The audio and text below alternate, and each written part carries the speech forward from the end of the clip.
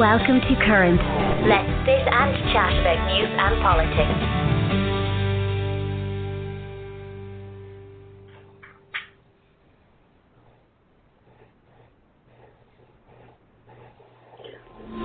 Welcome to Current. Let's sit and chat about news and politics.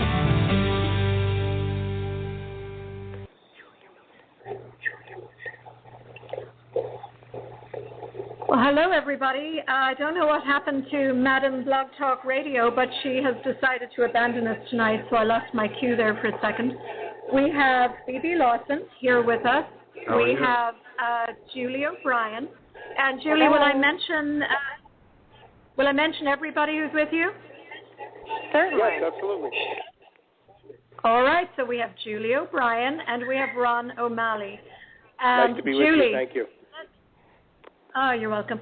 Julie, why don't you start off tonight, because this is really a big deal for you guys in Bergen County. Well, I guess pretty much everyone has seen the news today that the closing of the lanes at the George Washington Bridge has been traced back to a deputy chief of staff of Governor Christie, who sent an email to David Wildstein. David Wildstein, is that his name? Correct. Yeah. Saying it's time to cause some traffic problems in Fort Lee. So all of the back and forth about whether or not this was political retribution seems to be confirmed at this point. So the governor came out with a statement later on, and there were many people named in these emails. You know, many from the executive director, the chairman of the Port Authority, to the campaign director and the governor's spokesman. There were a lot of people named in these emails along the way who, it was obvious by the emails, knew what was going on. And the governor's statement really just addressed the one deputy chief of staff, saying that he had been deceived by his deputy chief of staff about this whole thing. Mm-hmm. So it'll be interesting to watch, how people react to that, because anyone who's in New Jersey knows that, for lack of a better word, he's a control freak. So, he runs a very tight office, and it's going to be very hard for anybody who knows him to believe that he didn't have any idea about this. Well, of course he did. Of course he did. And we're going to find out.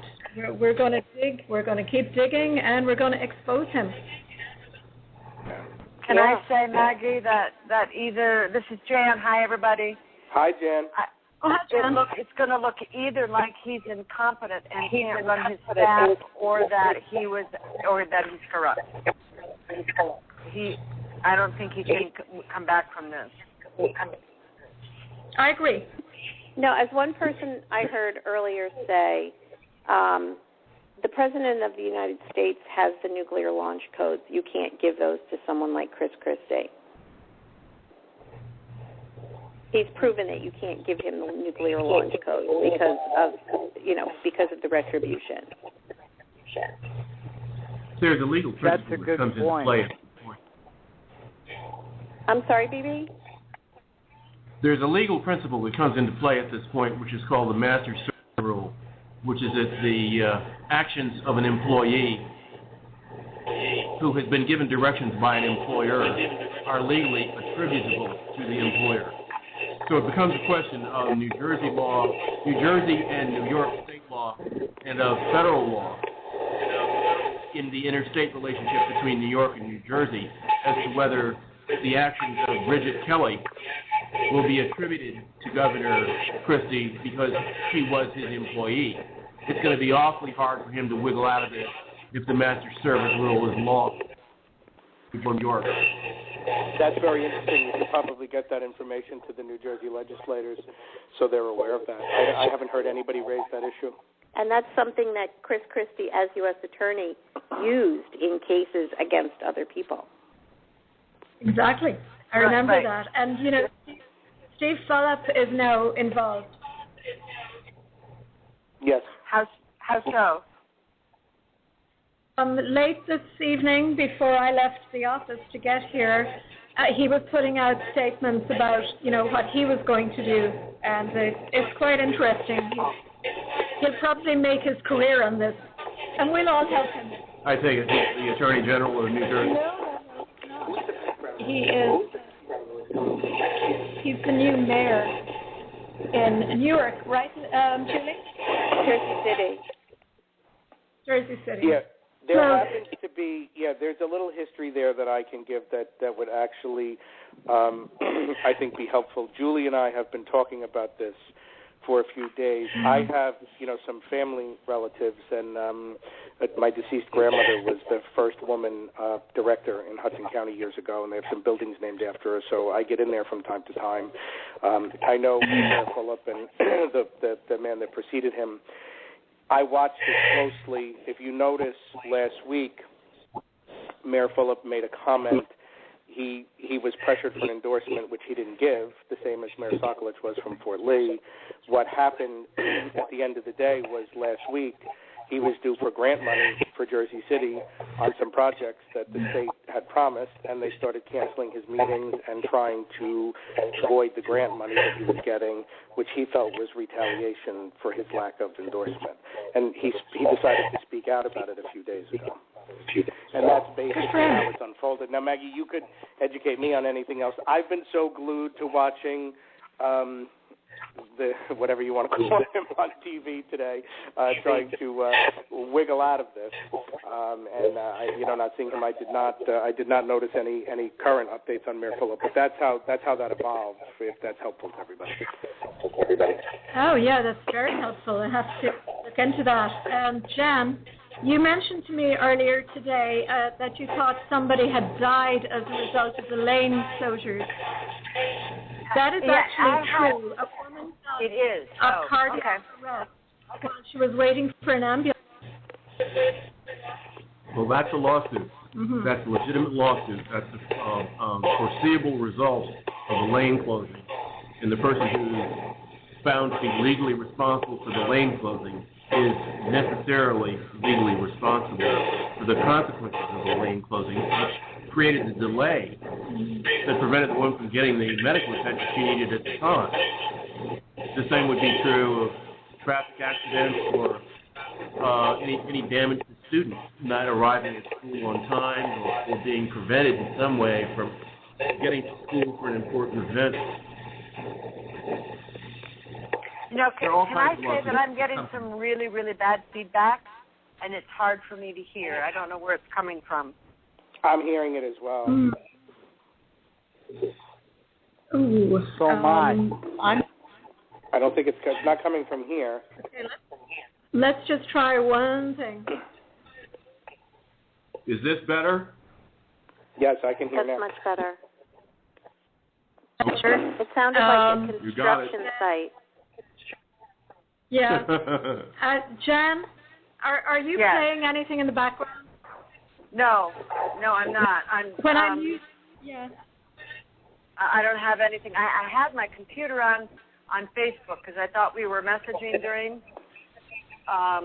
That might be what it is, because when I put you on mute and I put Bob on mute, it goes away. I don't think I have anything else on at all. I've turned it off now. Okay, let's see how that works out. Is that better? Better for us? Yes, I can still hear something, but it's better. Am I holding up? Yes, I'm still hearing echo. Well, there's nothing we can do about it, so let's continue on. It's much better than it was. You know, one thing I wanted to say about the death,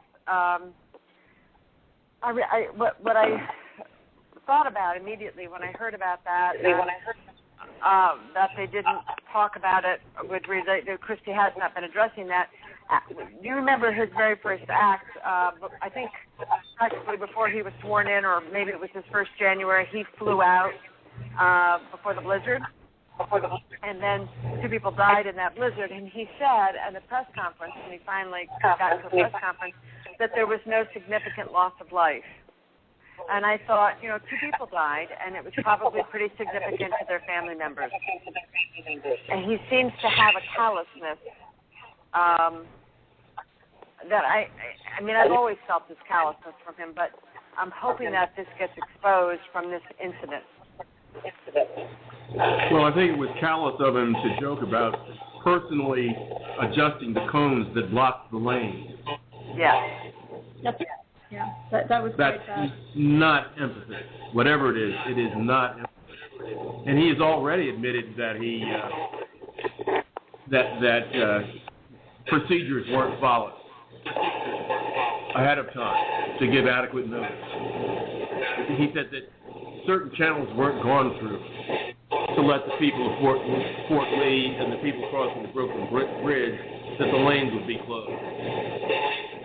So, he's making light of it as best he can, rather than facing any possible human tragedy or human loss.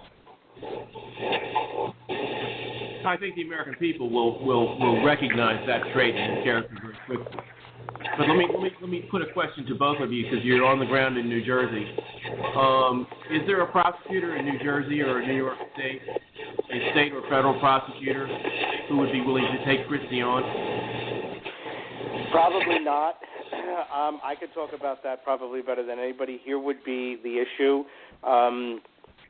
The U.S. Attorney's Office that's there, a lot of the folks that were there with Christie, he did take some out, but a lot of the people, including specifically AUSA Rachel Honig, who is his chief operative in there, corrupt operative, might I add, is still there, still indicting people on political matters and things like that. So realistically speaking, even though there is purportedly a Democratic prosecutor in there, he's clearly aligned with Christie and has allowed her to completely continue to run Christie's agenda. So I would say that the federal office in New Jersey would probably not do anything. The Bergen County prosecutor's office, because this happened in Bergen County, would be a possibility. The issue is Christie has not reappointed the Bergen County prosecutor, the person that's there. So I'm going to think that makes that impossible, because now Christie will push to get him out to avoid it.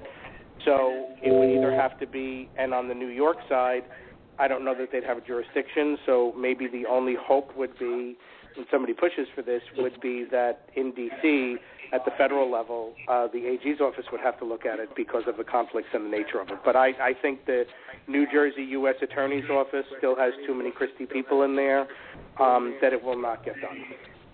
Julie, what do you think? Well, there's another legal angle on this. Shall I pursue it? Or? Go ahead.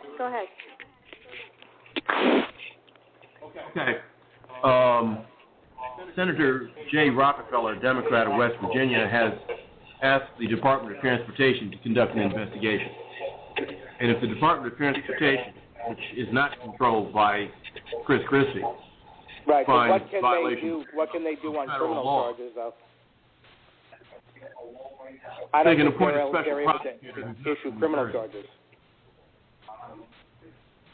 That's an excellent question, whether there would be criminal or civil charges, but the federal courts have civil jurisdiction. So either way, there could be a special counsel on the civil side or a special prosecutor on the criminal side appointed in Washington at the recommendation of the Department of Transportation. And that would completely eliminate any control Christie would have over New York state or federal prosecutors.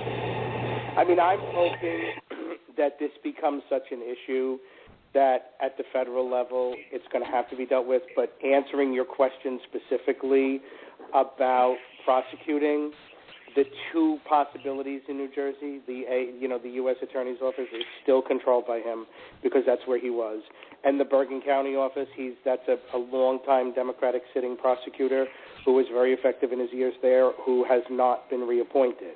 So to answer you specifically, I think one of the things that Christie has in terms of trying to duck some of this is the immediate channels that would be available to do it are not going to be options. And I'm not sure, you'd have to tell me from a legal perspective, but I would think that, the Manhattan district or the New York district might not have jurisdiction because it happened in New Jersey. I'm not sure, but it is an interstate issue, so maybe they could. Here's an interesting legal scenario, which is that somewhere along the line, whether it's Baroni or Wildstein or Kelly, someone might get a deal offered by the special prosecutor or special counsel from Washington to cooperate. The special counsel from Washington would say to Kelly, cooperate with us, we'll put you in the witness program, you won't spend a day in jail, you'll never have a charge on your record, you'll go someplace else and start a new life. Very tempting. Do you think that anybody would assume that he's so dangerous? Well, Jan, you and I both know that he is.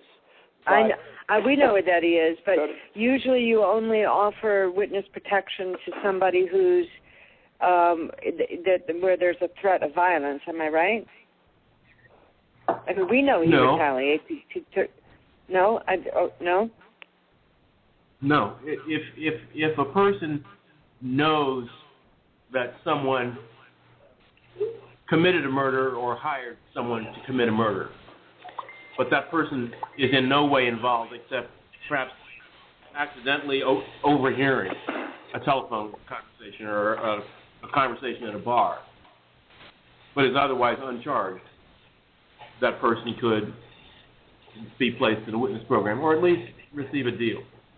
Let me ask you this question, which I think I understand why Jan, Julie and I have watched, this governor, former U.S. attorney, give deals to people and do things and do all of this. So I think that's why we're looking at that a little different. Let me ask you this question, which I think is probably along the lines of what you're describing, that we would probably have a better understanding. I think what Jan was saying and Julie and I were both thinking, would there be a special prosecutor that would go to, let's say, Bridget Kelly or to Baroni and say, listen, you're involved, you're going to be charged, but rather than doing the minimum 5 years in jail for the violation of public trust, that would be the minimum that you'd get on a state charge, we'll recommend no jail time and you have to cooperate and give us the information. I think that's what we're more used to seeing on the ground here, rather than the witness protection. I think that's probably what. Jan, is that what you were thinking? Well, I'm not a legal person, so I'm not sure what. I'm not sure. Well, first of all, to answer that question, yes, it could happen that way. Okay, take you off. I think that's. It could very definitely happen that way. I'm sorry, what? It could happen that way, and that's in New Jersey, and with the federal stuff in New Jersey, that's normally the way it happens. They charge people with something, but they get no punishment. It becomes a question, perhaps, of whether any of these people are so loyal to Christie that they take the fall. Seems doubtful to me from a distance. Can I just interject here? We're getting some comments while the show is going on, and a very well-known political commentator from New Jersey has just raised the question, isn't it against the law to use personal email accounts to conduct government business? And I believe it is. Does anybody else have any opinions on that? To the best of my knowledge, it's not illegal to use personal email accounts, but they are subpoenable. Subpoenable, is that a word? It can be subpoenaed, yes. It is now, Julie. It's a nice word. Lovely. But they are subject to subpoena powers. But yes. I'm trying to think back to my days as an elected official, and it was discouraged, but I don't recall it being illegal, but I haven't held public office in 4 years, so that could have changed. No, what would be on the other side of that coin? You see, Jeff says the word is discoverable, Julie. Thank you. It's discovered. Thanks, Jeff. Did Too somebody many already today? Sorry. I just have Using private email makes it easier for a prosecutor or a special counsel to ask questions of the person who writes the private email in a private, circuit. Sure. Using New Jersey state government email accounts might create a hurdle over which a special counsel would have to jump. But if you write about something in your private email and it's discoverable. Mm. Which means that you can be asked, you can be deposed. While we're talking about emails, let me ask your legal opinion. All of the redacted information, now, if you listen to the press conference today, Assemblyman Wisniewski said that they just the attorneys for Baroni and Wildstein just redacted this information without an explanation, and they're not going to accept that, and that these emails that were redacted were actually part of the email chains of other emails, so that they believe that they are related. How long do you think it's going to take to find out what's involved in these emails and what they've taken out? Well, can I cut in there for a second? Please. I believe that under the Society of Professional Journalists Code of Ethics, Sunshine Week, Freedom of Information Act, they must make the full text of those emails available. They have to do it. It may take our special request, but they do have to comply. Phoebe? I would think there would have to be some legal reason to justify the redaction, and I can't think of any legal reason to justify the redaction, particularly on the part of Baroni and Wildstein, because their resignations happened immediately after the incident. And for a person who resigns to submit redacted information just raises the level of suspicion about these people and gives greater leverage to whoever would want to subpoena the emails and depose them based on everything that's in them. Well, I'm assuming there probably involve additional people, which is why they took them out. Well, that's a possibility. Well, I actually was looking at them online would have a right and to the find points out at what everything was said. Go ahead. Sorry? Julie, what were you saying? Go ahead. When I was looking at the emails and the text messages online today, the things that were redacted at the point that they started redacting information, it was like in the middle of a conversation. And it looked as though, other people were going to be involved, and they just, my suspicion is that, everything that was redacted had to do with the governor. Ah, okay. That's a reasonable suspicion. Very reasonable. I spoke with Chris, and he said to tell me only to talk only about the following, that sort of thing, so that these people are not all floating around devoid of their own with no contact with the governor. Oh, there's no question. No, it's quite plausible that they're in contact with the governor. Anyone that has had any experience with that administration, and the three of us talking to you from New Jersey on the phone have, there is no way, there is no possibility on this planet, in this universe, that he was not aware of it. They would have never... I'm sorry, that what? That he was not aware of it. There is no way. No possibility. Yeah. It's just not in the realm of likelihood. I agree completely. If he denies it, though, if he denies that it was him, he will simply look incompetent. So he's either complicit or incompetent. Oh, there's no way for him to win. But I think what's going to happen, I think the difference here, I've been a direct victim of his bullying and what he did when he was in his previous position. Here's the issue. There are now so many people that are going to be involved in this publicly, 8, 9, 10 people, all the way up to the chairman of the Port Authority. My guess is going to be, out of all of them, someone is going to tell the truth. Because at this point, for them to be afraid of him their demise is going to come whether he's mad at them or he's not. So it really isn't going to. It really, at this point, doesn't do. Most people succumb. Listen, it goes back to Mayor Sokolic, who's a good guy. It goes back to Mayor Phillip, that's a good guy. These guys did not want to endorse him, and the governor and his administration directly were taking retribution towards their constituents in their town. What Chris Christie did when he was the U.S. attorney, if you didn't do what he wanted or you didn't tell his people what they wanted to know, he indicted you for whatever reason and, spent, $20 million investigating a tiny little business he had. Whatever he wanted to do, he did, and he's gotten away with it for a long time. So that's basically how he's operated. The issue is it's just finally, with these two things, it's finally starting to come out. But because there are so many people involved here, and Christie is not threatening to put the people in jail and do things, I don't know how of 9 or 10 people are going to be able to all just toe the party line for him. I don't see it happening. I think there'll be a crack in there somewhere.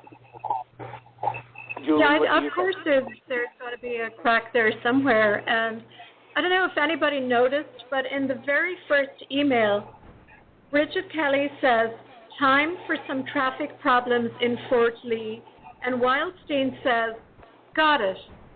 There's no way these two have not been playing dirty tricks together before this. Oh, for sure. There was no message back from Wildstein. What are you talking about? Yeah. Listen, Julie, Jan, and I have the pleasure of knowing her. I mean, she is a ruthless, vindictive, underhanded individual. I mean, we've known her for years. We've seen her operating in Bergen County. She's from my town. That's right. And was the municipal chair, right? The municipal chair for the Republicans in my town. If she is the person you just described, in my opinion, that makes her more likely to turn against Christie than to be loyal to him. She has she'll do whatever is required. I know, that's why I was saying that. I think she has no character whatsoever, none. Let me just broaden the frame of reference very briefly. It's that even if somehow Christie, like an eel that you're trying to catch with your bare hand, slithers through this and doesn't get formally charged or does not become legally responsible for the lane closings, I would think that the American people will smell a rat and will say, if this guy is functioning at so low a moral level, then he's not going to be anybody I like to see president of the United States. Oh, for sure.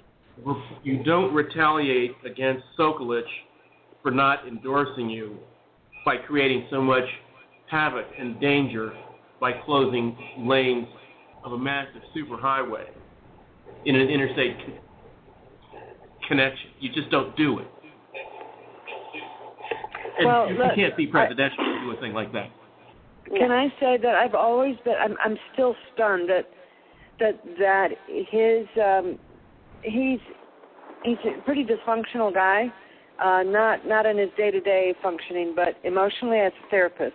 When I look at him, and of course I have not diagnosed him personally because I haven't seen him. I have to say that, or I could lose my license. But this guy is so impulsive, verbally impulsive. He's impulsive in his eating and he's impulsive in his speaking. And it's amazing to me that none of the stories have had legs where he's been really offensive. But I think because just looking at his character, he's going to be so outraged if he's caught and if he's brought to task that he's going to really be pushed to say some really stupid stuff. Unless his handlers can put electric tape over his mouth to silence him, meaning that if they could really just make him not say a word, unless that happens, I think he's going to dig his own grave because he really can't help himself. But his handlers are all involved. John? They're not going to be able to protect. They're all involved. Druniak, what are their names? The spokesperson, that one that always makes all the horrendously nasty comments and snide comments to everybody. Druniak, he's in the emails. The other guy, Stepien, is involved. These are the people that guide him. So who's going to give him any direction? They don't have clean hands here. I think he's got a pretty deep bench, though, of people who can sit on him, metaphorically, because a lot of people depend on him. They did silence him during We have another question in here from our message board, and that is, why did the Buono campaign not pick up on this? Apparently, it was published in the Wall Street Journal on September 17th, and she did not pick up on it at all. Any idea I'm why? going to say something if I can. That goes back, if I can just have a minute, that goes back to something very interesting. Having watched Governor Christie, what he's done, both as U.S. Attorney and Governor, and how he has basically fooled, most of the electorate in terms of what he's done. Here's how this whole thing unfolded.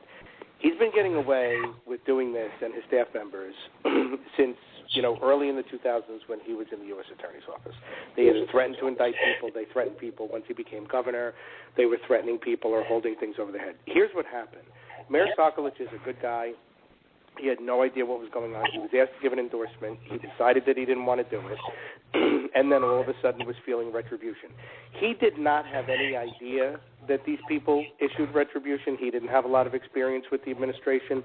He basically was a mayor of a town that had this retaliation occur, and he basically decided to say, listen, there's no logical sense for this. Either this is, if you read his emails, he said, either this is, retaliatory or come and see me and correct the errors of my way. He says it basically innocently, just there's no other explanation. So this wound up blowing up and coming out because of those emails, but in defense of Senator Buono's campaign, I don't think anybody believed that there was any plausibility to that possibility back in September.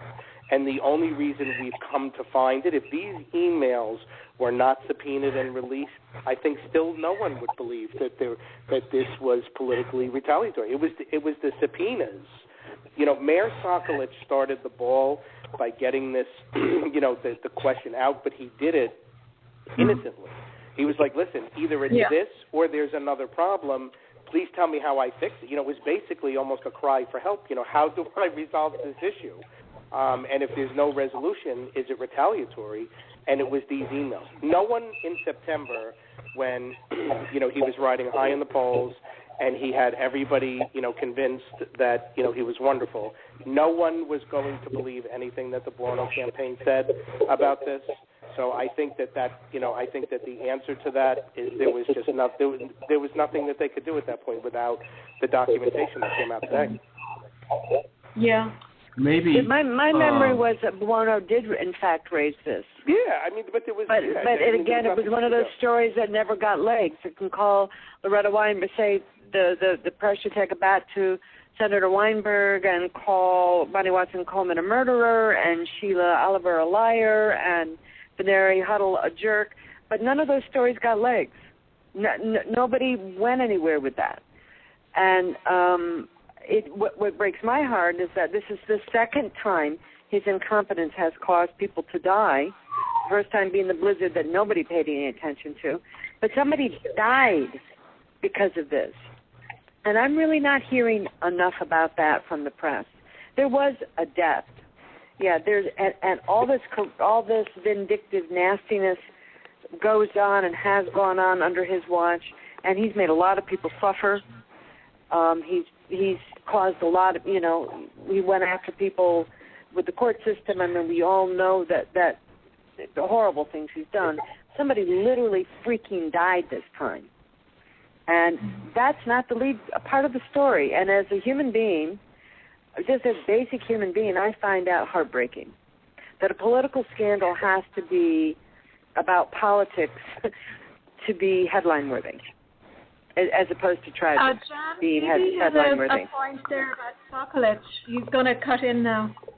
Yeah, Sokolich may have been rubbing Chris the wrong way for some time because Sokolich was complaining about traffic jams and lane inefficiencies in this part of New Jersey, particularly Fort Lee, going back to November of 2010. So it may have been that Christie was sick of hearing about Fort Lee, and when Sokolich refused to endorse him, Christie decided to act based on all the complaints that Sokolich had been putting on record for a good 2.5 years. And as regards Buono not responding to the Fort Lee jammed lane scandal, there's two factors. One, she's a defeated political candidate. How can she have hurt Christie by complaining?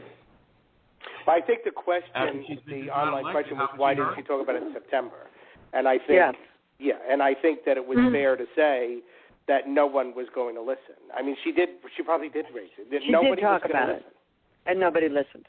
Nobody was going to listen to it in September. And we're also very conditioned in New Jersey to understand that the press is really going to give Christie a pass on everything because of the dysfunctional relationship between Christie's administration and the press.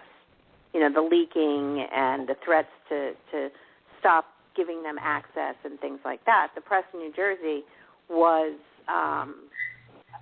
was afraid of him. They were in love with him and afraid of him at the same time. Mm-hmm. Because he's a bully. Basically. Yeah, and nobody wanted to lose access to the stories that his office and the U.S. Attorney's Office like to leak to the press. So, when things like this came down and he would make a joke out of it or, make fun of someone, then they would take that as, as proof that he didn't do anything wrong, and they would let it go. And I think that this time he's, I don't know if it's his arrogance or if this is just a Hail Mary pass, but, saying that he knew nothing about it and he was deceived by little Bridget Kelly, may fly with the New Jersey press, but now that he's a national figure, the national press is not going to let go of this. And I don't think to speak to why people back away from him, I have a friend who is a Democrat, who's run as a Democrat for council in South Jersey, who works at the Department of Human Services with children. I called her for a campaign contribution, and she said to me, Jan, I can't even give you $25. I'm supposed to retire next year, and I'm afraid if they even know that I'm talking to you, I will get fired and I won't get my pension. Just working at the Department of Human Services. Now that's not just Christie. That's his whole administration. Yeah. That he is terrorizing people in New Jersey, people who work for the state, people who work for him. I can understand why people don't come out against him. I don't quite understand the press, except what you just said really makes sense. They wouldn't have any access. But I try to explain to people how nasty and vindictive this guy is, and they just think I'm a ranting. Yeah, it is. It is. Do you think Christie would have the power to silence the Democratic National Committee on a national level? Do you think Christie would have the power to silence Hillary on a national level? No. I do think this is going to undo him. I do. I agree with you completely. But, Jan and Julie and Ron in New Jersey, why did everybody vote for him? He has only just been voted back into office. And it was a tsunami, and I know I got hit by it. I really believe, it's not that I just believe it, I was told by people high up in the Democratic Party that a deal was struck with Christie to leave the safe districts for him alone. And he'd leave the safe districts for the Democrats alone, especially since he had polling in the safe, even in some safe Dem districts, he still won those. So a deal was struck because people are afraid of him. If they wanted to get anything through the legislature, they just did. They're afraid of him. He's just worse than a bully. It's like a gang. It's like, Christie, his folks have colors. You know what I mean? So I don't think the voters knew. The voters I think they were completely ignorant. Ron and Julie, I'd love to hear what you're going to have to say about it. I think they're ignorant about the extent of his... Ron, do you feel comfortable giving us, any, on insight on how you were treated? No, on how you were treated by Christie. Listen, the issue as far as because I was trying to think about what to say about the election, and just before I change the subject on that, I'm speechless at that. I mean, I watched the polling. I realized that. I just wanted to inject something before we leave that. I was a direct victim of Sandy, lost my entire property in Manahawkin as a result of the storm, okay? This governor did nothing but literally waddle up and down the boardwalk or the highway or float in, plop in, whatever you want to call it, and waddle around here and there. He did absolutely nothing in any way, shape, or form in terms of aid, in terms of providing feedback. He went out and he indicated that, the permits weren't necessary. All of that was absolutely, positively inaccurate information. He provided no Sandy relief whatsoever. So I have no idea how he was able to develop such a strong base of support throughout the state on the issue, because those that were directly affected by it are very well aware that he didn't provide any significant support. That's true. So that's so true.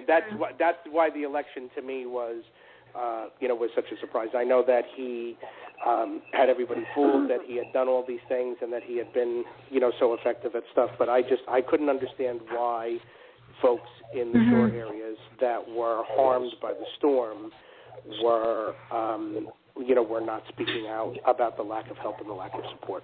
Well, they weren't just not speaking out; they were voting for him, Ron. Yes, they voted couldn't. for him. And up in the 39th, they love him. In the polling that I did, they disliked their representative, but they loved him. And I knew that Buono should never step foot up here, based on my polling. What shocked me was the result of my election, because they hated my opponent, and he won by. I lost by 26 points, and it was a tsunami. It's kind of stunning.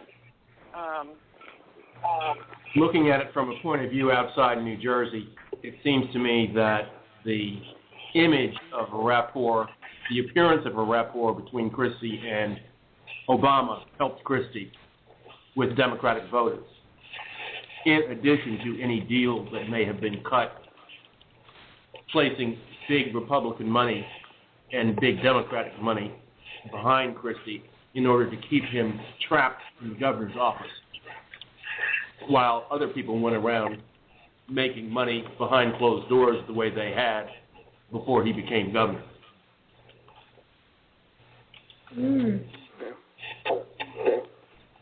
Interesting. It's true. Yeah, I think true. I think that's a very good point. People who are friends of his do very well. And if you're not a friend of his, you go on a vacation to another part of the country against your will. Assume that you're in the top 1% or top 5% in net income in New Jersey. Include a 5% that would include Republicans and Democrats. Do you want to put in some governor who would weaken your economic stranglehold over New Jersey? No, absolutely not. Who would increase taxes on you? But he did. Who might even prosecute some of your minions? No. But here's what's interesting. I just want to add something to the equation. He presents the fact saying that he did not raise the state taxes. He has cut aid to every municipality by 20, 30, 40%. And he has raised every fee in the state, including, mind you, the shameless manner in which he added additional state fees to Sandy victims.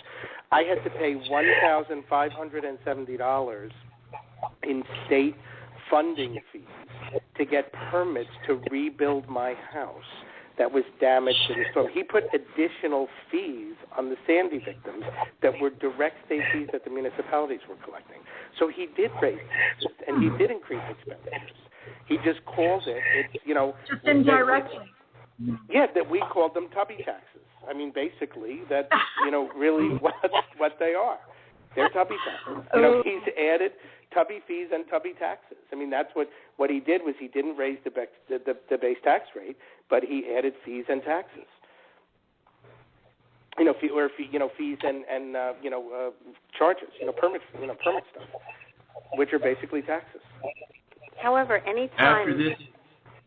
Sorry, go ahead, BB.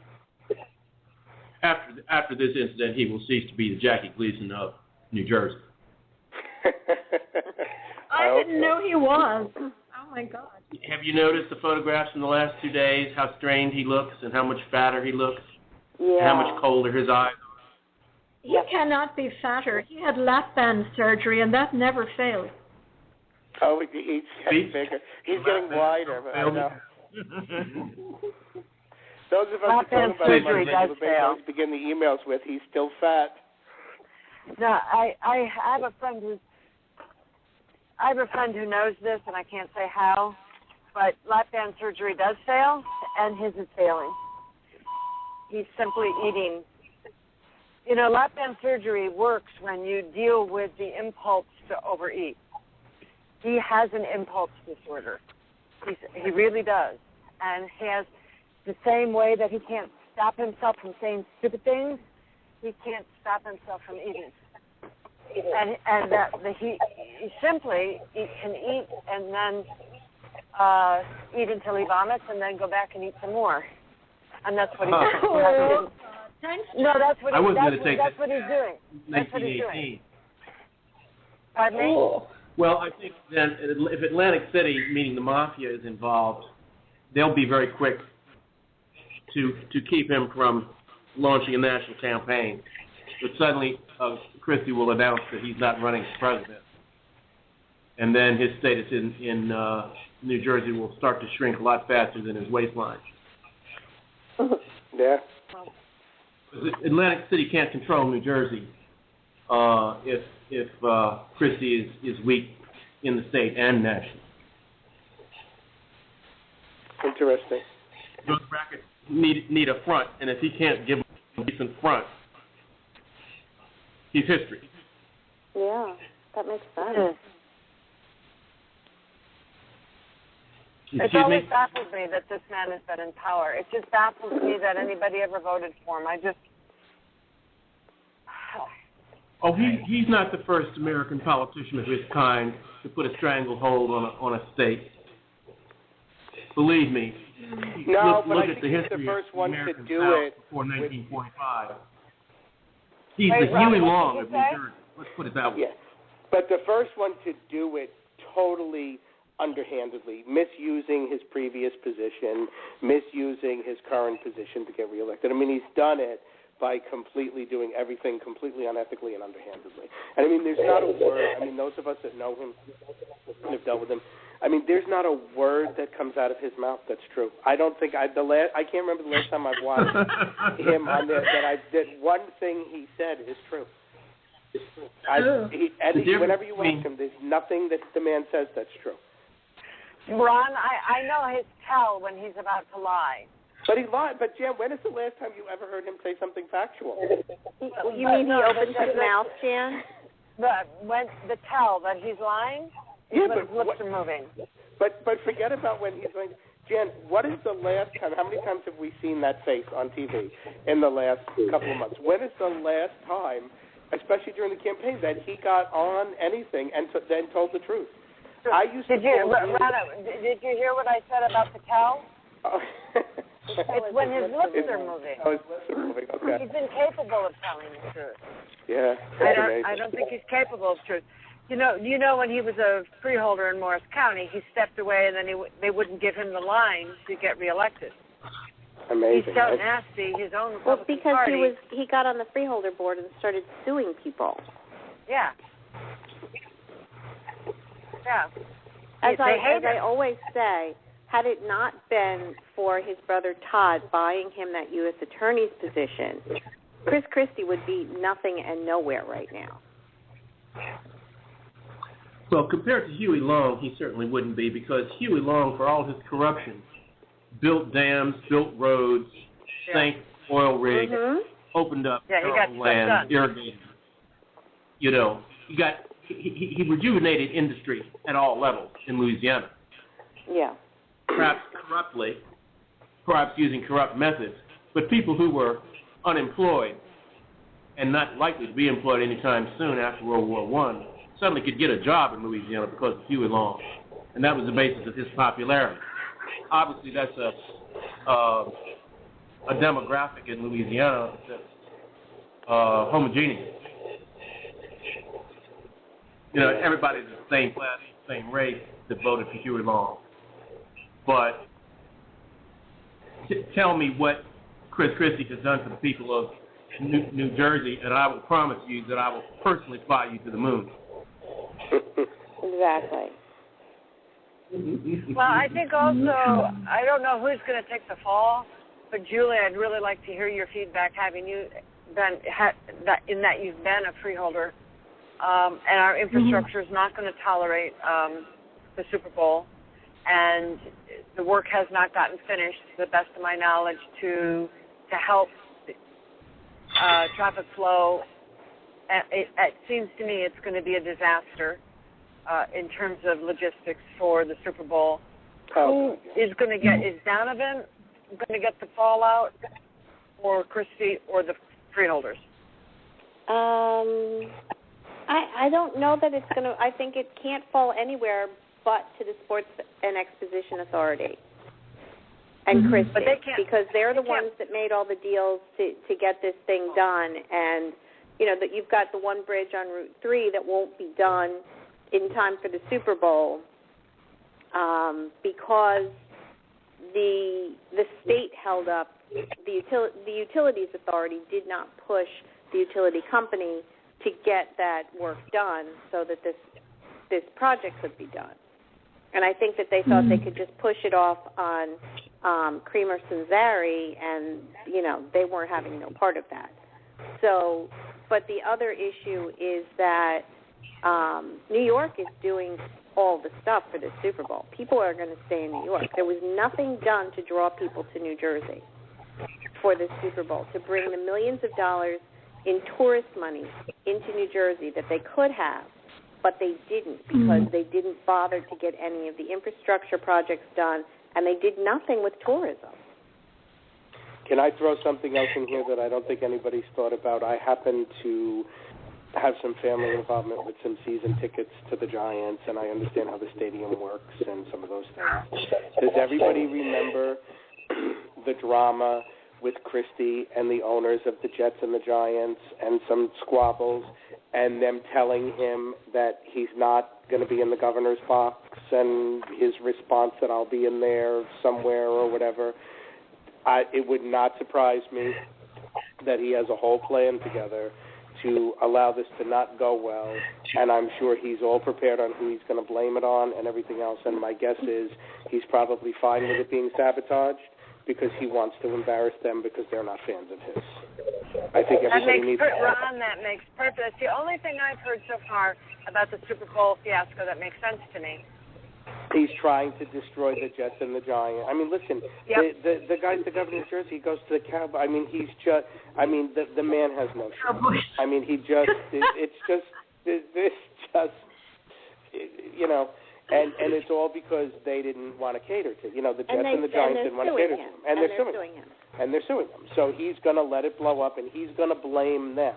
The problem is going to be, you know, had this event not happened and these emails not have come out, he would have gotten away with it. He would have put his fat face with his big mouth, blustering, blubbery, wobbling around there, saying, "Look at all of this problem." No, really. And you know, this is a disgrace. And how could they do this? And they're incompetent, these owners, and they're money hungry. I could hear him already.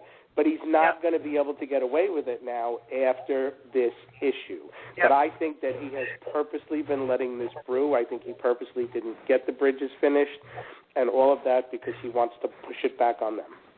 Another way that he hurts the people of New Jersey, because all of those people who were so excited about the Super Bowl and were counting on all of this revenue coming into their businesses are getting none of that. So, again, he's hurt the people of New Jersey for his own personal agenda. But he loves once they said he was not going to have the governor's box, you knew that he was going to do whatever. You all mark my words, in 3 weeks, 3.5 weeks, you will see that fat face on TV. You will see him, if he's so off, you will see him on there talking about the management of the Jets and the Giants, I assure you. Maggie, you should write an article. Maggie, you should write an article. I'd forgotten all about that, Ron. You should pull up that piece, Maggie, and say the bridges are New Jersey. Pardon me? Listen, those of us that know him It's very easy to figure out he's transparent. There's no surprises there. And now everything's falling into place. As a Washington Redskins fan, if I may interject a comment. No, you can't comment. Sorry. I'm a Redskins fan, and the Redskin franchise is in trouble. But why would the Jets and the Giants not want the governor of New Jersey to sit in the governor's box at the Super Bowl? Because there were issues between the Sports and Exposition Authority and the development of the new stadium and the Xanadu project. Christie, although he ran in 2009 and indicted tons of people and went crazy over the Xanadu project, Christie then decided, because he made deals with unions and other people, that he wanted to revive that project and go back on it and work on things. And after the Jets and the Giants had put all of the money into the new stadium and doing that, and that had not been developed, they were not in favor of all of this expansion in that Xanadu project that's abandoned next door. So there was basically, typical Christie, you either agree with him or you become adversaries. So basically, they became adversarial. He started threatening them. And basically, he was blabbing his mouth about who he was going to invite to the Super Bowl. And one of their spokespeople basically came out and said, there's not going to be a governor's box here this year. It's not, a local, unless it's a New Jersey team or something. And I think they did it, kind of tongue-in-cheek, but that was basically how it happened. There was friction regarding the development around the stadium. So that's why he's a Cowboys fan. Yeah, so that's when the because he's a cowboy. Yeah, that's where. Yes, that's where things deteriorated.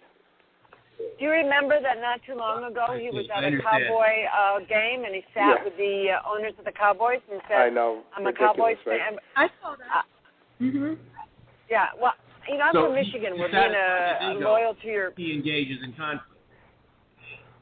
To satisfy his ego, he engages in conflict. He must have the upper hand. Sure, absolutely. Okay, I got it.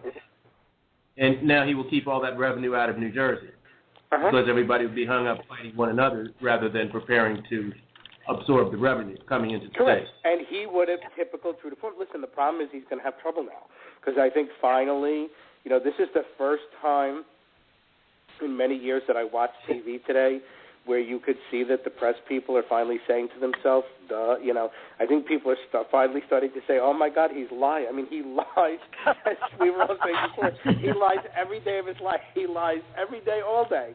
We all know that, but people are just starting to figure that out today. For the first time, people are figuring it out. So when he tries to blame this on the Jets and the Giants, who are not going to have had anything to do with the Super Bowl, it's going to have been the NFL and the Sports and Exposition Authority, he's not going to get away with it because people are going to be able to say things in return now, and he's going to have a credibility issue. So, but I think his plan was to let it blow. He was intentionally letting that blow up. There's no way with him running for president and doing everything else that he was letting that go on without that being part of his, I'm the savior mission here. That's his mission. Wow. Make sense? It sounds kind of devious. Has anyone seen the movie Little Caesar starring Edward G. Robinson? Yeah. Little Caesar wasn't fat, though. Was Little Caesar fat? Little Caesar was Edward G. Robinson's first film. Uh-huh. The Rise and Fall of a Monster. Yeah. He died, shot to death on a hotel doorstep in a blizzard. But between that and the beginning of the film, his career paralleled that of Chris Christie to an astonishing degree. Wow. Well, If you get a chance to watch, run the state of New Jersey like a mob boss. Or Yeah, a little the boy mob throwing boss. tantrums. And who throws tantrums as a way of intimidating people. Yeah. Yeah. I'm going to go tell my Frightening people dad into that he's the going to come and blah, blah, blah. You know, it just reminds me of, I just see him as so massively immature and so impulse-ridden. And I have to say that I have a meeting at 8 o'clock, and I'm driving, and I'm on my way. We're doing a fundraiser for cancer. I'll keep you guys posted. It's going to be great music. It's going to be in September. But I need to go organize folks. So I will be with you all next week. This is Jan. I'm going to sign off. Okay, Jan. Thanks. Okay, Jan, Nice sign off. Thanks for your contributions this evening, and thanks for your insight into the kind of person that Chris Christie is. And while sorry to see you go tonight, I hope you have a safe ride home, and that the next weeks and months go well for you. Yeah, well, thanks. Well, I hope to be with you guys next week. Take care, Jan. Excellent. Okay. See you Bye-bye. then, John. Bye. Now, I would like to read Christie's statement on the bridge controversy because, to me, it's just mind-boggling. This is a huge, huge story, and this is all he says. What I've seen today for the first time, I am outraged and deeply saddened to learn that not only was I misled by a member of my staff, but this completely inappropriate and unsanctioned conduct was made without my knowledge. One thing is clear, this type of behavior is unacceptable, and I will not tolerate it because the people of New Jersey, damn it, deserve better. This behavior is not representative of me or my administration in any way, and people will be held responsible for their actions. Jan would say that is the delusional comment of a control freak. With a narcissistic. Is that what it is? Yeah. Listen, I'm amazed, first of all, there's 10 people involved in those emails. So here's my question. Nobody's resigned and nobody's been fired. These people are still in their jobs? How about I thought 2 of them resigned. People that were aware of this. Now, who did resign? Baroni is gone, right? Baroni is gone and Wildstein is gone. Right, but his spokesperson, that guy Stepien, all of these people, Mr. Sampson, the chairman of the board, he's appointed by Christie as the chairman of the board, but all of these people were involved in this and notified of this in August before it happened, and they let it happen.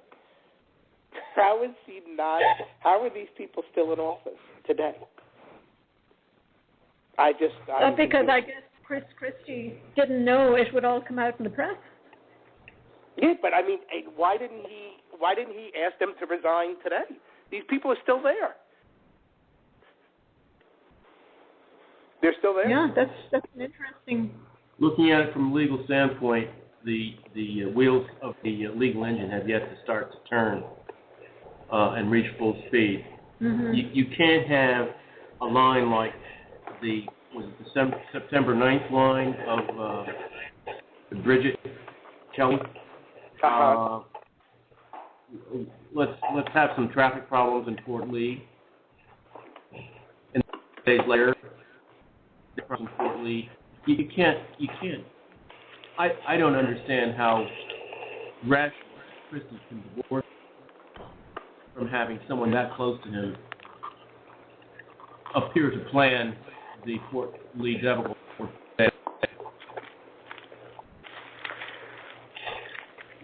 Oh, he totally, there's no question. I mean, he was totally in the middle of it. No, of course he was. You can tell from that very first email, Ron. The very first email from Bridget to Wildstein. Yes. Yeah. She probably came straight out of the meeting. Anybody given any thoughts to the fact that it's not the first email? Well, that's the thing. I mean, it's the way it reads. How does she just decide, oh, it's time to cause something, whatever, on the bridge, and he just says, got it? Okay, let me take everybody down a different road here for a minute on the subject. But here's something I think. I know some of these people, and I think I figured something out. Christy would never in a million years have just allowed this to happen if he thought that these emails were going to be released. Okay? I'm going to make a guess that we're going to find out in the next few days that Wildstein released this as part of his email package to blow it up and take the pressure off himself, because I think he released only part of the email. There were emails and information prior to that. He released that as that first email with Kelly doing that. Basically, there's no way that Christy and Bridget Kelly and those folks could have known that that was in that package. They would have been prepared to have dealt with this. It wouldn't have unfolded the way it did. I think Wildstein put that in there, and then his lawyer filed an injunction for him not to testify tomorrow. Oh, wow. That's Machiavellian. Geez. From the standpoint of the constitutional right against self-incrimination. But think about something for a minute. But just think about this. That's not the first email. Wildstein is the one that gave that email over. It was in his package if you listen to Senator Wisniewski today. It's not the first email. Do you think that Bridget Kelly went to work today? Do you think Tubby went to work? These people went to work today knowing that that email was in there? There's no way. There's no way. It doesn't add up. Now that you say it. Yeah, now that you say it and put it out there, yeah, of course. It makes sense. I think he sideswiped. I think he blindsided. They have the right against self-incrimination. But he has the right to listen. Let's talk about Wildstein for a minute. This is a man. Have you noticed, by the way, despite all his history, he was politic, all this, did you notice there's only one photograph of this man? Only one. And it's with other people? I wonder sometimes if this person is even real. There's nothing. This man is 50 years old. There's only one photograph. Is he an alien? I mean, where? There's more photographs of trees outside of my house online than there are of this man. Is he married? I have no idea. I mean, there's one picture of him with three other people in there. It's only half of his face. You can't even see what he looks like if you actually look at it. There's no other photographs of this man. Wow. Now, what kind of a person is he, Ron? You know, my experience with him is, believe it or not, with him is limited. When I was chairing one of the county authorities, and I kept making that, top 100 power list in New Jersey and all of that stuff, he used to try to email me and get information from me. But I was always, Julie and I have laughed about this repeatedly, I was always, cautious about somebody who was purportedly a retired mayor that no one knew who it was. So I never really talked freely to him. And I in the early days of the Internet, I was never, a huge email person and stuff like that. So I did not do much to ingratiate myself with him. But a lot of people did. And basically, he was in that position as Christie's stooge. He was there reporting everything back to Christie. That's where Christie got all of his information in the Bergen County Democratic Organization, because he was the Wally Edge guy, the behind-the-scenes guy at Politicker. That's right. Remember that? Maybe you should have remained Wally Edge. Yeah, well, basically what he did was he gave Christie all of his information. Wow. And now he's expected to fall on his sword? Well, I don't think he is. See, what I'm what I'm saying to you is I don't think that he is. I think that he strategically released some of that stuff to sink Bridget Kelly. Mm-hmm. And Wow. I don't think they knew. And I don't think they knew. She's not going down alone, Ron. Okay, but who are they tying it to next? Druniak. Druniak was closest to Christie. Yeah. He was so? the go-between. He was the press secretary. He was go-between. Yeah. Oh, I'm sure he was in the middle of it. I don't have any doubts. I don't have any doubts about that. But he's not tied in directly in those emails unless he's in some of the redacted stuff, which would be interesting. But if you look carefully at what was released, it appears to me that strategically, I think that Wildstein released certain things that were going to blow this up differently than the administration was prepared for. Because, listen, Julia, you should comment on this. We know what he's like, and he's prepared with his lies way in advance.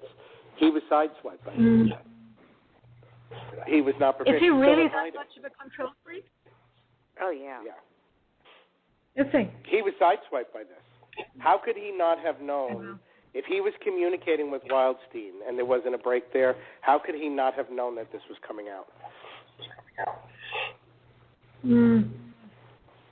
He may have, and this would be consistent with narcissistic self-absorption, he may have thought that Wildstein and Kelly would never betray him and that they would take the fall for him rather than let the great Chris Christie take the fall for originating the idea of delaying. Otherwise, we have to fall back on the theory that he never knew anything, and it was their idea. And gosh, but remember, to me, he was out there. He was out there repeatedly saying my administration had nothing to do with this.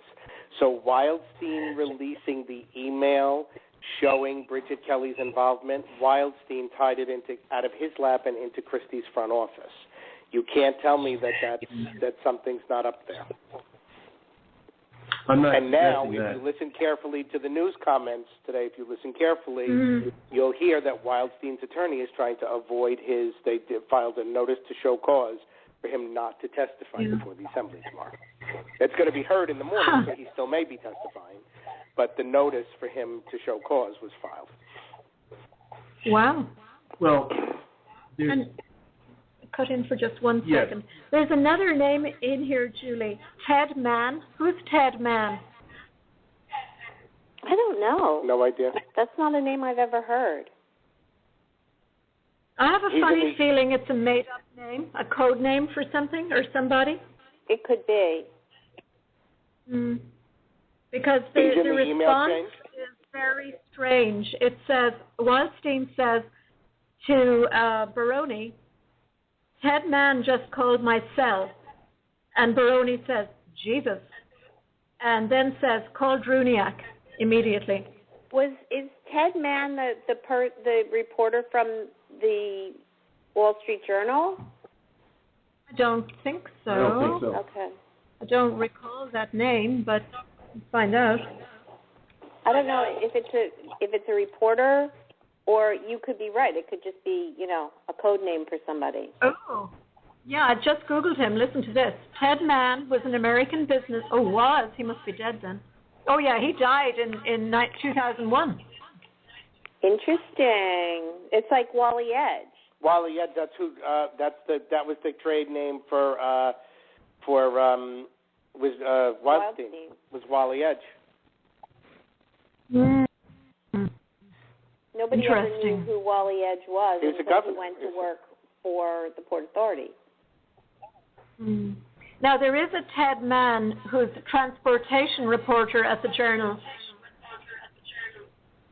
Okay, that could be who it was then, because there was this story about in the Journal.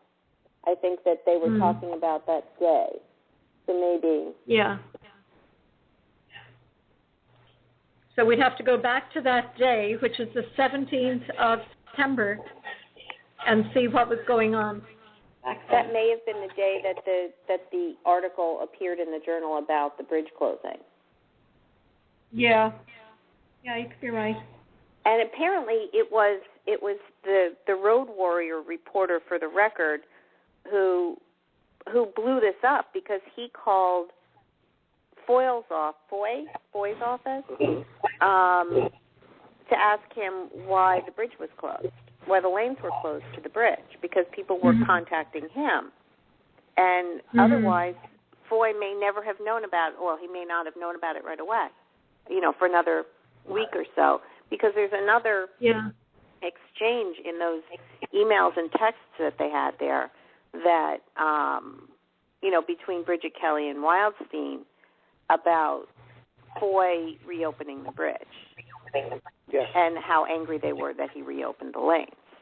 Well, was this the guy in New York? Because there was some consternation going through the email trail that New York gave them back 3 lanes. Yes, that was the exchange right there, where they said that he gave them back their lanes, and they were mad about it. Ron, I have a legal comment based on your remark about the motion to enjoin Wildstein from testifying before the legislature. Mm-hmm. I think that such a motion may lie only in the context of a civil action or civil inquiry by a state legislature. Mm-hmm. The broader constitutional issue is the Fifth Amendment right not to give testimony against yourself, and that right would benefit only a person accused of crime. So strategically, if I'm being called to testify before a state legislature without having been charged with crime, I can't plead the Fifth Amendment because I haven't been charged with crime, so I'll file an injunction against that body saying they have no grounds upon the basis of which to compel my testimony. Right, because obviously and of course, he can't claim whether that. That's it. You just answered the question. That's why he doesn't want to go in front of the New Jersey legislature. Yeah, and Ron, you have a very, very interesting story because Chris Christie actually gave you a gift. And I don't know if you've disclosed it to everybody tonight. Do you know what I'm talking about? The gift? I didn't know it was a gift. Yeah, he gave you a bracelet, Ron. Come on. He did. Yes. Do you want to talk about that briefly? Yeah.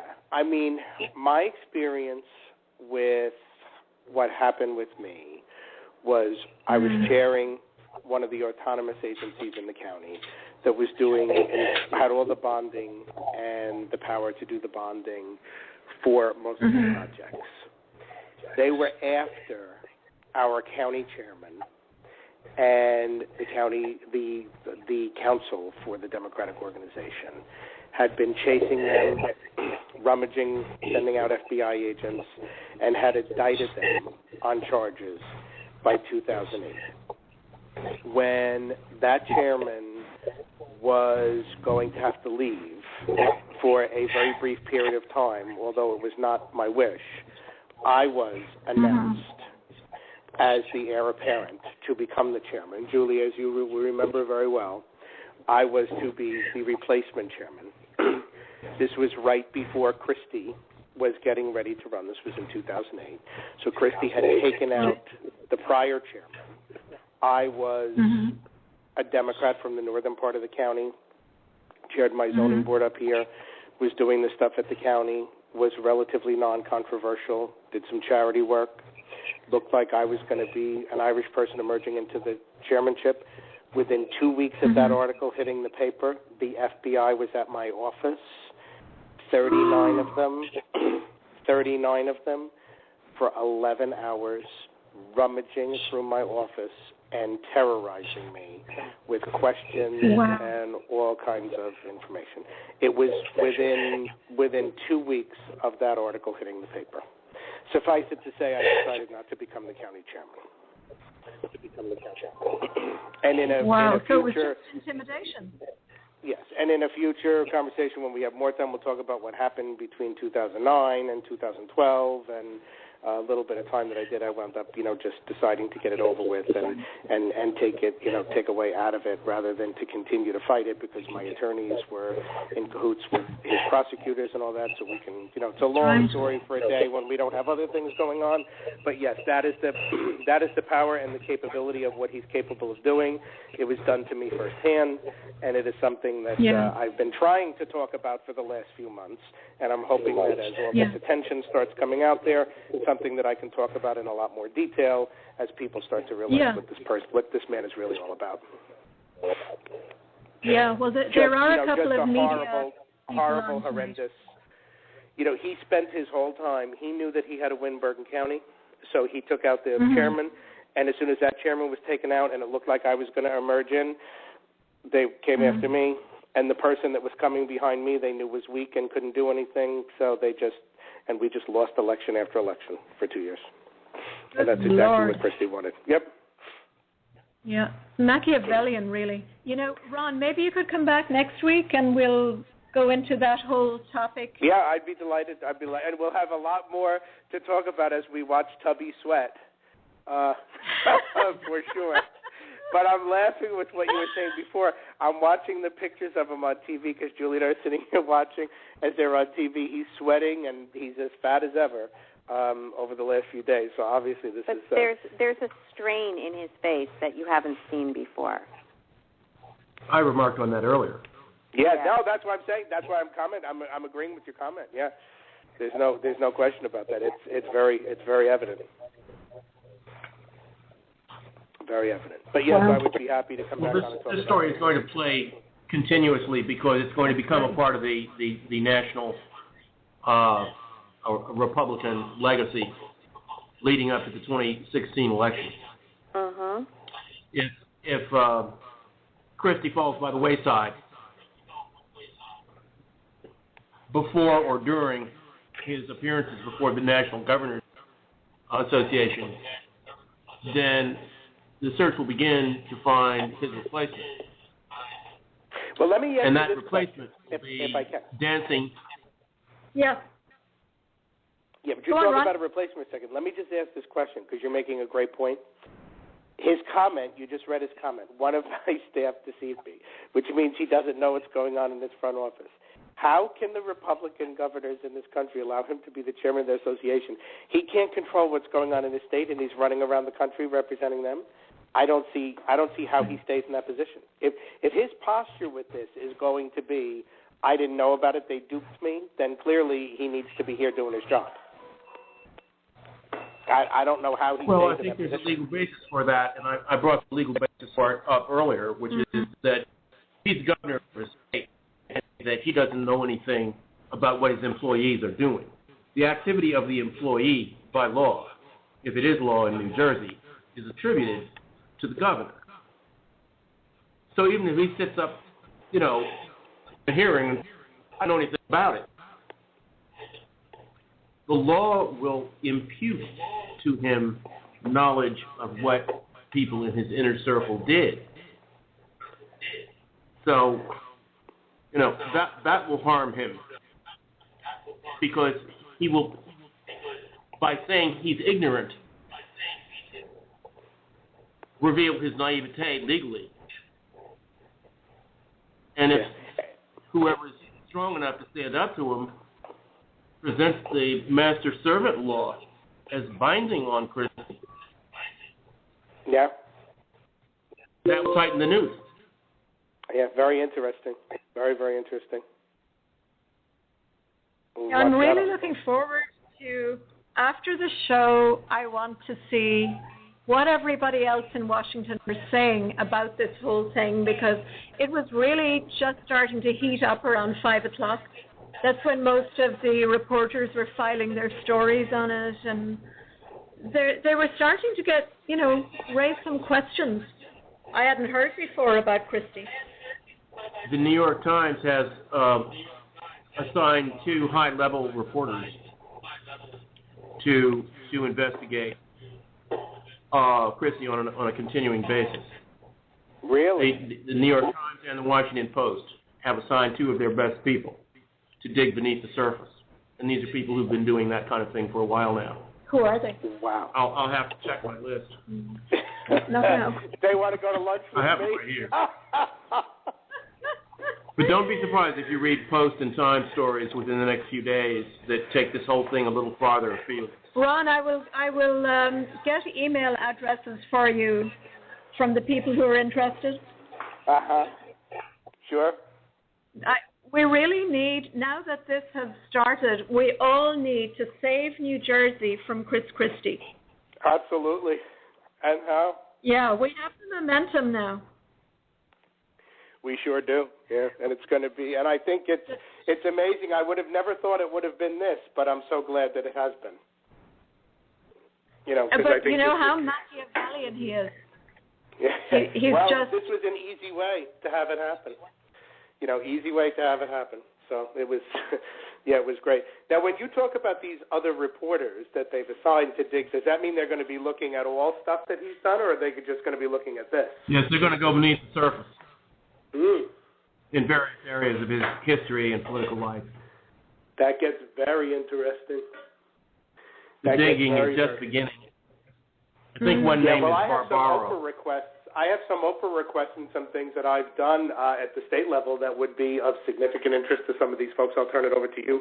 We can talk about it on your show and then maybe share it with some people. Some of the people. The show will be about you. Next week will be the all Ron all the time show. I don't know if we're ready for that. Until you get tired of talking. Yeah. But I don't know Julie, if we're ready for that, but it could be fun for sure. I think we're ready. Point, I did a Google search for Yeah. images of David Wildstein. There's none. There It's one is picture. only that one picture. There's one picture. One picture. And it's not even and there's a high school picture of him, but other than that, it's just that one picture. But it's not even a picture of him. It's like half of his face with someone else. It's not even him.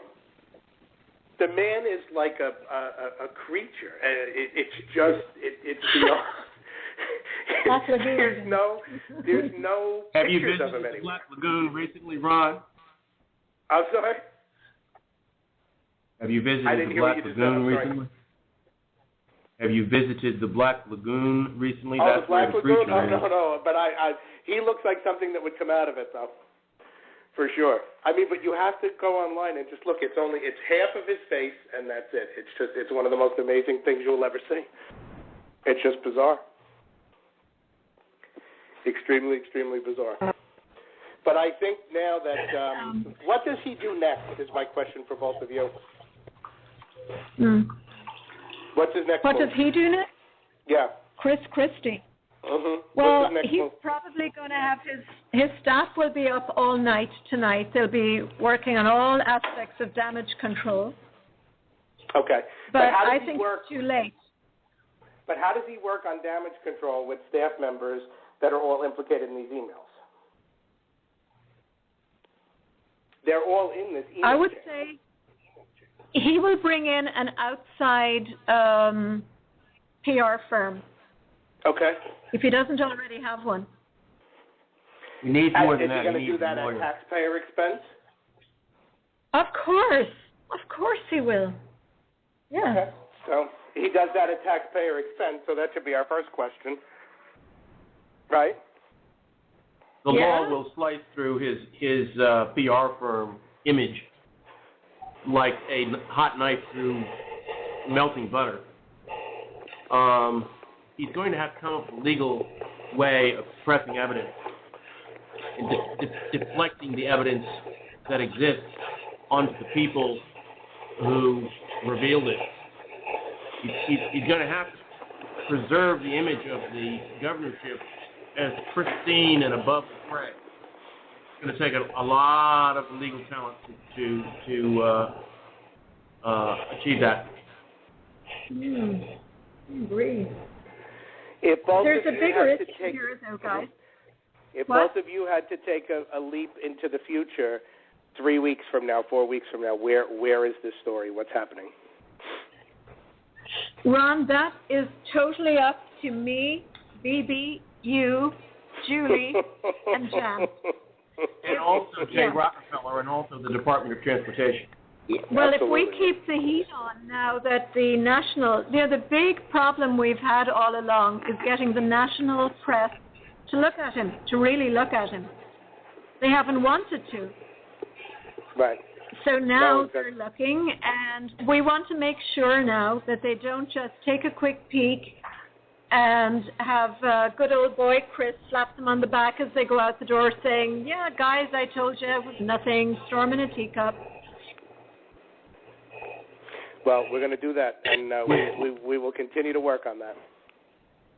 We definitely will, and we'll make a good start next week as well. And hopefully next week, before we start talking about your experiences, Ron, we'll be able to report to everybody that Chris Christie's abuse of power by using the Attorney General's office the way he is still using it, you know, that has got to have consequences for him now that people know. I can't wait to talk about it. Yeah, it'll be terrific. It'll be really great. Watch the New York Times and watch the Washington Post this week. Mm-hmm. I read research today saying that they're sending their best people out to find out what they can. Yeah, that's what you were saying. We'll have to keep following up on that. Now, do you guys want to wrap it up for tonight? Whenever you're ready. All wrap righty. up for tonight, and we'll come back next week, hopefully with a lot more good news and a very compelling story. It is indeed. Thank you so much, Julie. Okay, thank you, Ron. Thank you for the opportunity to participate. I really enjoyed it. You're very Thank welcome. We'll see you again next week. Enjoy your boat. Take care now. Bye-bye. Best Good of luck. night. Bye. Good night. Bye.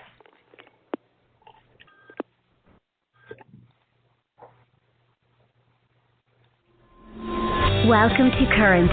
Let's sit and chat about news and politics.